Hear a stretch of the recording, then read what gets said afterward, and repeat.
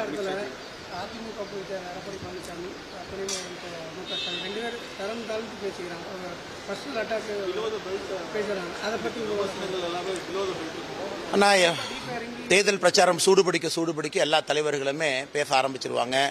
உதாரணத்துக்கு கேரளாவில் பார்த்தீங்கன்னா நேற்று ரேவந்த் ரெட்டி அவர்களுக்கும் திரு பினராயி விஜயன் அவர்களுக்கும் இருவருமே தரம் தாழ்ந்த விமர்சனத்தை மாற்றி வச்சுக்கிட்டாங்க.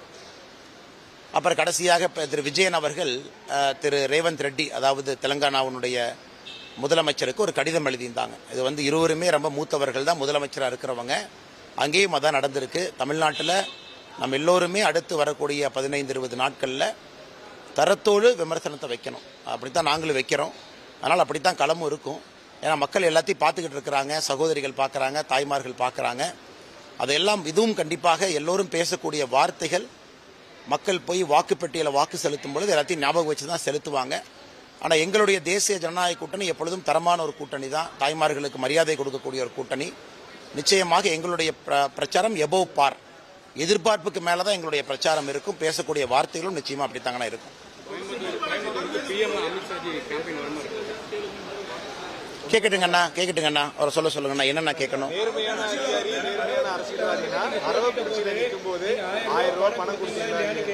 ஆனால் கோயம்புத்தூர் லோக்சபாவில் உங்கள் முன்னால் நான் என்ன சொன்னேன்னா, யாருக்கும் ₹1 பணம் கொடுக்காம தான் அரசியல் செய்வோம் அப்படின்னு கோயம்புத்தூரில் என்னை சார்ந்தவர்களை கூட யாரும் யாருக்கும் எதுவும் கொடுக்கக்கூடாது, நேர்மையான முறையில் அரசியல் செய்யணும்னு உங்கள் முன்னாடி சொன்னோம்.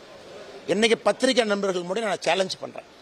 இன்னைக்கு நீங்கள் எல்லாமே கோயம்புத்தூரை சார்ந்தவங்க. கோயம்புத்தூர் பாலிடிக்ஸில் நான் நின்னேன், கோயம்புத்தூர் லோக்சபாவில் நின்னேன். நீங்கள் சொல்லுங்கள், கோயம்புத்தூரில் திராவிட முன்னேற்ற கழகம் 2024 தேர்தல் எப்படி சந்திச்சு? நான் பதிலே சொல்ல, உங்ககிட்ட அதை விட்டுறேன். கோயம்புத்தூர் லோக்சபாவில் நிற்கும் பொழுது நீங்கள் பார்த்தீங்க டே 1லிருந்து கோயம்புத்தூர் லோக்சபாவில் நான் சொல்கிறேன், இது ஒரு தரமான அரசியலை கொடுக்கணும். ஏன்னா இன்னைக்கு இந்த அரசியலை செய்யக்கூடிய இடத்துல நான் இருக்கேன். இதற்கு முன்பு அரசியலை செய்யக்கூடிய இடத்துல நான் இல்லை. கோயம்புத்தூர் லோக்சபாவை நீங்கள் சொல்லுங்கள், நான் எப்படி செஞ்சேன்னு நீங்கள் சொல்லுங்கள். நீங்கள் இல்லைனா அங்கே நடந்துச்சுன்னா இங்கே நடந்துச்சுன்னா நீங்கள் என்கரேஜ் பண்ணுங்கன்னு நீங்கள் சொல்லுங்கள், நான் உங்கள்கிட்ட பதில் சொல்கிறேன். இன்னைக்கு கோயம்புத்தூர் சவுத்தை பொறுத்த வரைக்கும் செந்தில் பாலாஜி கரூரிலிருந்து கொண்டு வந்திருக்கக்கூடிய 18 இண்டிபெண்ட் நம்ம சொன்னோம் சுயேட்சை வேட்பாளர். 18 பேர்த்துக்கும் ஒரே நோட்டரி தான் கையெழுத்து போட்டிருக்காரு. வேற ஆள் கிடைக்கலையா? இது கடையில் போய் பாத்திரம் வாங்கிட்டு வர மாதிரி, ஒரு கடையில் போய் பழைய பாத்திரம் வாங்கிட்டு வர மாதிரி 18 சுயேட்சைகளுக்கும் ஒரே நோட்டரி தான் கையெழுத்து போட்டு 18 சுயேட்சைகள் நிற்கிறாங்க. தொண்டாமுத்தூரில் கரூரை சார்ந்த 3 பேர் நிற்கிறாங்க நான் பார்த்த வரைக்கும். அதனால் அருமை நம்முடைய பத்திரிகை நண்பர்கள் நன்றாக புரிந்து கொள்ள வேண்டும். இந்த முறை கோயம்புத்தூரில் அது செந்தில் பாலாஜியினுடைய தோல்வி மட்டுமல்ல, ஏற்கனவே நான் சொன்னது போல மொத்தமாக திராவிட முன்னேற்ற கழகத்தினுடைய தோல்வியை இங்கே தான் ஆரம்பிக்கும். கொங்கு மண்டலத்தில் முதலமைச்சர் பல இடத்துல சொன்னார், கொங்கு மண்டலத்தில் வெற்றி ஆரம்பிக்கும், நீங்கள் எழுதி வச்சுக்கங்க. தோல்வி இங்கே ஆரம்பித்து சேப்பாக்கு போகும். நேற்று நாமினேஷன் ப்ராசஸ் எப்படி பண்ணாங்க? எடப்பாடியில் நேற்று திராவிட முன்னேற்ற கழகத்தினுடைய நாமினேஷன் ப்ராசஸ் எப்படி இருந்துச்சு? எடப்பாடியில் திமுகவினுடைய வேட்பாளர் டம்மி கேண்டிடேட், வேட்பாளர் மனைவி, வேட்பாளருடைய பத்திரத்தில் டம்மி கேண்டிடேட் மனைவி கையெழுத்து போட்டிருக்கிறாங்க, மனைவியினுடைய பத்திரத்தில் வேட்பாளர் கையெழுத்து போட்டிருக்கிறாங்க.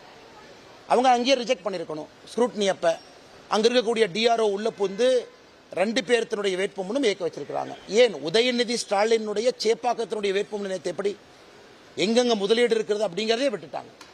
அதனால் நேற்று திராவிட முன்னேற்ற கழகத்தினுடைய தோல்வி நேற்று வேட்பாளருடைய ஸ்க்ரூட்னி பட்டியலே ஆரம்பித்திருக்கிறது. அது எடப்பாடி தொகுதியில் திராவிட முன்னேற்ற கழகத்தினுடைய தோல்வி, சேப்பாக்கில் பல இடத்துல மேனேஜ் பண்ணி தான் அவங்க வேட்புமனுவே உள்ள கொண்டு போயிருக்கிறாங்க. அரசு அதிகாரிகள் அவர்களுக்கு ஆதரவாக செயலிட்டு இருக்கிறாங்க. அதெல்லாம் கோர்ட்டுக்கு போறாங்கன்னா சம்பந்தப்பட்ட எதிர்த்தரப்பில் போட்டியிடக்கூடிய வேட்பாளர் எல்லாமே கோர்ட்டுக்கு போகத்தான் போறாங்க. அதனால் இந்த தொகுதியில் வெற்றி பெறுவதற்கு வாய்ப்பு இல்லை. வேறு யாராச்சும் வெற்றி பெற்றாலும் கூட எதுவுமே செல்லாது.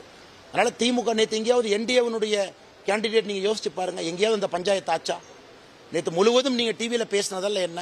இவங்களுடைய வேட்பாளருடைய வேட்புமனுவே ரொம்ப கஷ்டப்பட்டு பலவிதமான யுக்திகளை கையாண்டு தான் வேட்புமனுவே ஏற்கப்பட்டிருக்கிறது.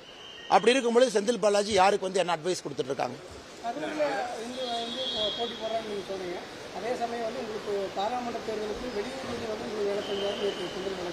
ஆனால் செந்தில் பாலாஜி புரிஞ்சுக்கணும், பாராளுமன்ற தேர்தல் எந்த தேர்தலாக இருந்தாலும் நாம யாரையாவது கூப்பிட்டு வேலை செய்யுங்கன்னு சொல்றோமா? வாலண்டியர்ஸ் பக்க தொகுதியிலிருந்து இங்கே வேலை செய்கிறாங்க. அது அரசியல் எல்லா பக்கம் நடக்கிறது. வானதி சீனிவாசன் அவர்களுக்கு கோயம்புத்தூர் வடக்கு தொகுதியில் வாலண்டியர்ஸ் நிறைய பேர் சின்ன பசங்க இளைஞர்கள் வேலை செய்யத்தான் போகிறாங்க. ஆனால் கரூரிலிருந்து ஆளை கொண்டு வந்து இந்த பாக்கெட்டில் பணத்தை இந்த பாக்கெட்டில் பணத்தில் வீதி வீதியாக நடந்து போய் உங்களுக்கு 200 உங்களுக்கு 500 பிடிங்க, உங்களுக்கு குண்டா வேணுமா அண்டா வேணுமா ஸ்மார்ட் வாட்ச் வேணுமா பிடிங்க அப்படின்னு மொத்தமாக கோயம்புத்தூர் திராவிட முன்னேற்ற கழகத்தை குத்தகைக்கு எடுத்திருப்பது யார்? கரூரை சார்ந்த செந்தில் பாலாஜியோடு உணர்வு இருக்கக்கூடிய செந்தில் பாலாஜியினுடைய பினாமிகள், செந்தில் பாலாஜி தவறாக சேர்த்த சொத்துக்களை தவறாக வெளியே பணத்துக்கு கந்து வட்டி கொடுத்திருக்கக்கூடிய செந்தில் பாலாஜியினுடைய பினாமிகளை கொண்டு வந்து கோயம்புத்தூர்ல இந்த ஜோப்பில் பணமும் அந்த ஜோப்பில் பணத்தையும் கொண்டு போய் வீடு வீடாக பணத்தை இறைத்து கொண்டிருக்கின்றார்கள். இதைத்தான் நம்ம குற்றம் சாட்டுறோம். இன்னைக்கு அதை ஒருபடி மேலே போய் போட்டியிடக்கூடிய சுயேட்சை வேட்பாளர்களை கூட கரூர்ல இருந்து இறக்குமதி பண்ணியிருக்கார். அந்த 18 வேட்பாளர்கள் கூட கோயம்புத்தூர் திராவிட முன்னேற்ற கழகத்தில் யாரும் தருவதற்கு தயாராக இல்லை. அதிலிருந்தே தெரியுதா செந்தில் பாலாஜியினுடைய தோல்வி உறுதியாயிருச்சுன்னு. இப்போ செந்தில் பாலாஜி எப்படி போயிட்டு இருக்காரு? கரூர்லையும் முடியல, வண்டி எடுத்துட்டு கரூர் போறாரு. கோயம்புத்தூர்ல முடியல, வண்டி எடுத்துட்டு கோயம்புத்தூருக்கு வரார். ஆனால் அம்மன் அர்ஜுன் அவர்கள் மிக அழகாக நீட்டா ஒரு தெருவாக நடந்து போய் அவருடைய பிரச்சாரத்தை கண்ணியமாக முடிச்சிட்டு வர்றாங்க. அதனால தோல்வி பயத்தினுடைய வெளிப்பாடு தான் திரு செந்தில் பாலாஜி அவர்கள் பேசியிருப்பது.